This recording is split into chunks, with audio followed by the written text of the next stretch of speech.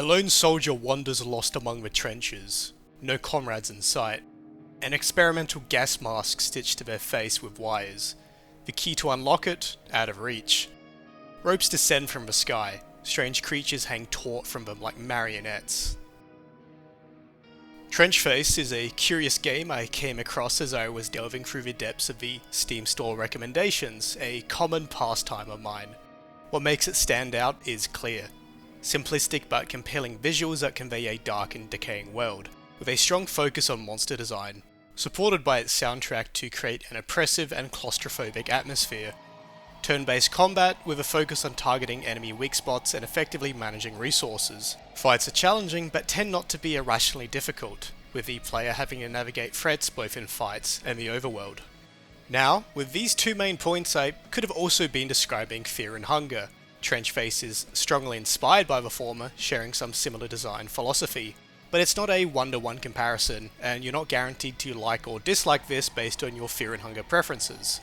They're similar but still unique and individual experiences, and honestly the presentation and personality of Trenchface is its strongest aspect.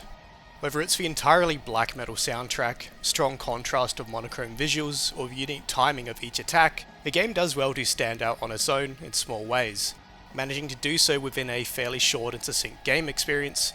All things considered, it's pretty damn good for what I believe is a first-time solo dev game, but costs $4.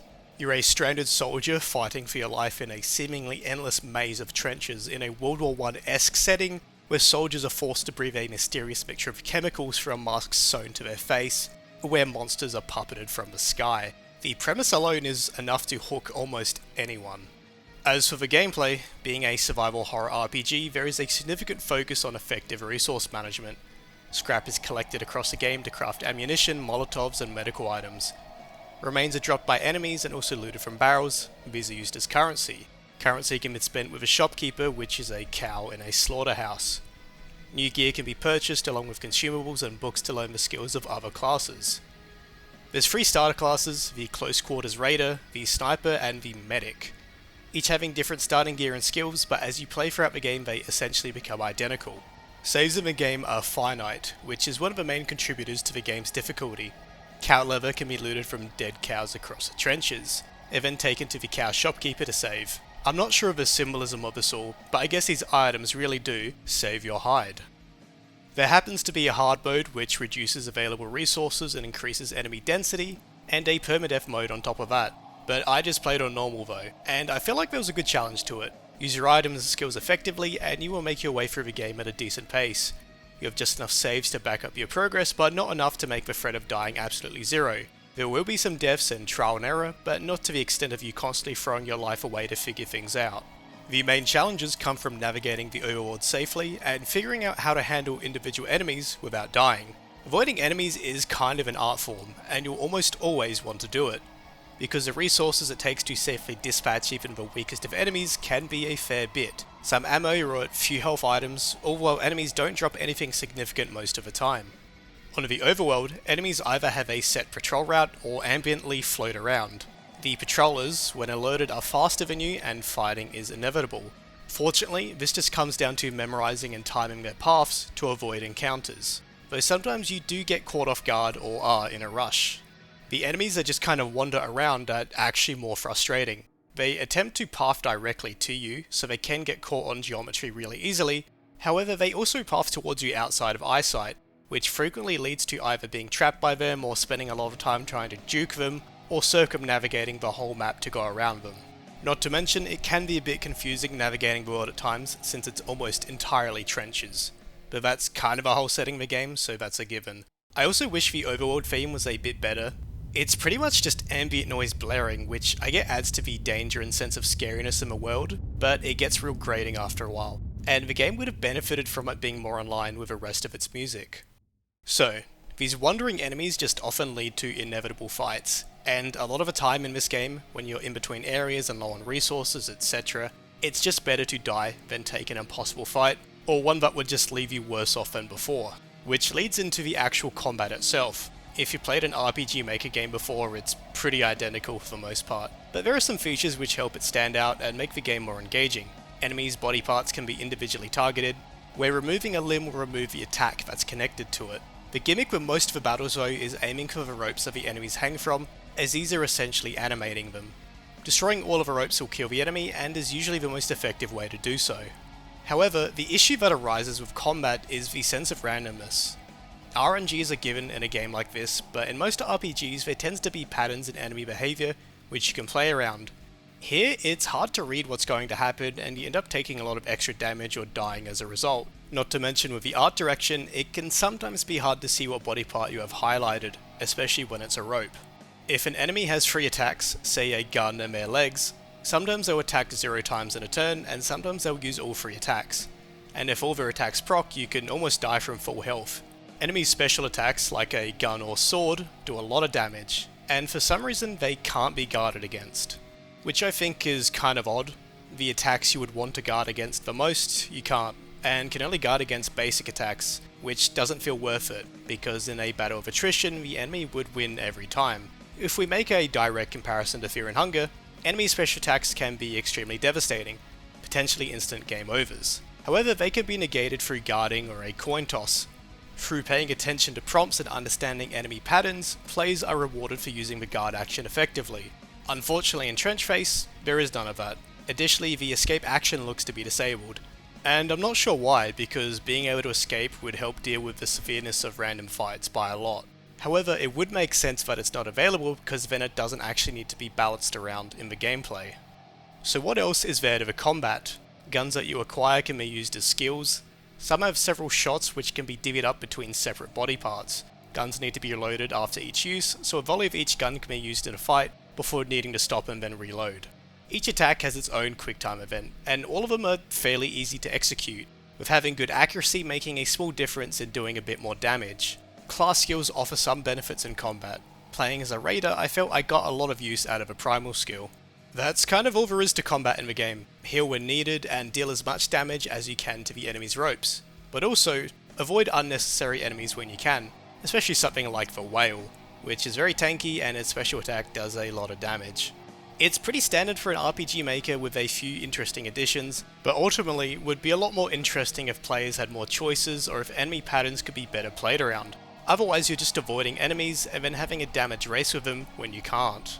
The boss battles are at least more enjoyable and engaging, as you can feel comfortable using all your consumables and skills effectively to overcome their challenge. There's this spider boss called Mother. Wait, hold on. Yeah, of course there's fan art of her already. Checks out. In regards to the story, there is one, but barely. However, it's not really the highlight or focus of the game. You wake up on your own and decide to head to a nearby village in hopes to find your comrades, all the while searching for keys to gain access through bunkers, read notes which offer a tiny sliver into the world and what's happened as you try to survive. There is an ending, a payoff to your character's story with some interesting things open to interpretation, but honestly it doesn't need some kind of narrative breakdown from me. It's a short game and it's unnecessary to try and pack too much exposition and world building into it, so less really is more in this instance, and I think it's better to keep whatever plot there is for the people that actually choose to play it, all the while just enjoying the sense of atmosphere and danger in the game that carries it. What you do get out of completing the game though is additional characters to play, one being the cattle character who comes with a flamethrower and the skill to buff their gun's attacks, and there is also the pest, where you play as a rat. It has its own unique skills, can still use guns for some reason, and has its own unique model. I have no clue if it has its own ending. Finishing the game normally gets you ending A, maybe there's an ending B and C. For the rat, I like to think that an ending C would stand for cheese.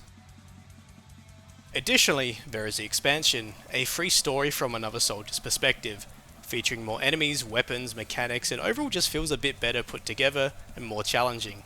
There's an addition of a crowbar and shovel to enable the opening of crates and digging of holes, gaining to play access to more loot and rewarding exploration and backtracking. New weapons have different attack patterns and a few new enemies to keep it fresh. It is still very similar to the first story, but just better made. It kind of gives the feeling that the dev looked at the release and reception of the game and went and made some improvements over it.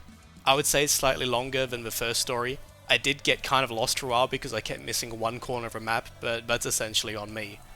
So it's basically getting to experience more of the same if you enjoyed it. It involves more bunkers to explore which are larger and more interesting. The story is pretty similar to the firsts, getting keys to get through the bunkers to escape the trenches.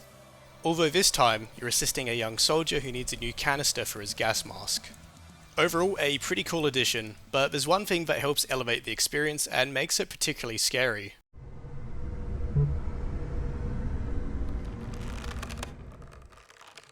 Peter, the horse is here. The addition of a prevalent, dangerous boss to the world adds significantly to the sense of urgency and horror in the game. Getting constantly jump scared by it and running for your life adds a good amount of excitement and breaks up the slow-paced juking and timing of enemies, as the horse now interrupts that. Once encountered, the horse stalks the trenches, charging towards you when close enough. At this point in time, it cannot be defeated. It's a fun improvement over the first story, making it more exciting, and the horse eventually serves as the final boss, which leads into another fun challenge. I died around 3 times in the first story and around 12 times in the second, although a good amount of those were just because of navigating the world poorly and running out of resources. But the second story is definitely more challenging. Enemies feel more dangerous and you have less of a surplus of items to comfortably carry you. Ultimately, it's a pretty good companion piece, and together they make up around 4 to 5 hours of gameplay. Overall, Trench Face is a pretty fun game which is carried by its presentation. Monochromatic visuals, black metal and horrors of a great war turned up to 11. Just the premise of that will catch the attention of a lot of people. On the inside of a game, some things are good and other things are just okay. And honestly, that's perfectly fine. It's a $4 game made by what I believe is a first-time solo dev. With that consideration, it's a pretty impressive project and I appreciate the creativity and uniqueness of it. It draws comparisons to Fear and Hunger because that was the main inspiration for the game. However, they are games of different scope, so saying Trench Face should be more like Fear and Hunger in one way or another isn't very productive input. It's nowhere near the scale or depth of Fear and Hunger, and honestly that's a good thing, because then it would risk potentially being as daunting of an experience as Fear and Hunger can be for first-time players. It instead actually does a good job of being an entry-level experience for the genre that would help someone get into other horror RPGs. I liked it. Maybe it's just because it was very entertaining to get to listen to DSBM in a game, but if you're after an enjoyable, succinct and affordable horror RPG experience, I think it's worth a go. Thank you once again for watching. If you enjoyed the video, please consider liking, subscribing and leaving a comment with your thoughts. This really was just a game that popped up out of nowhere for me, that I really enjoyed and wanted to spotlight. I found that making shorter videos has helped me get back into the groove of video making, and I think I'll continue to do so as I work towards some bigger projects or games throughout the year. See you next time.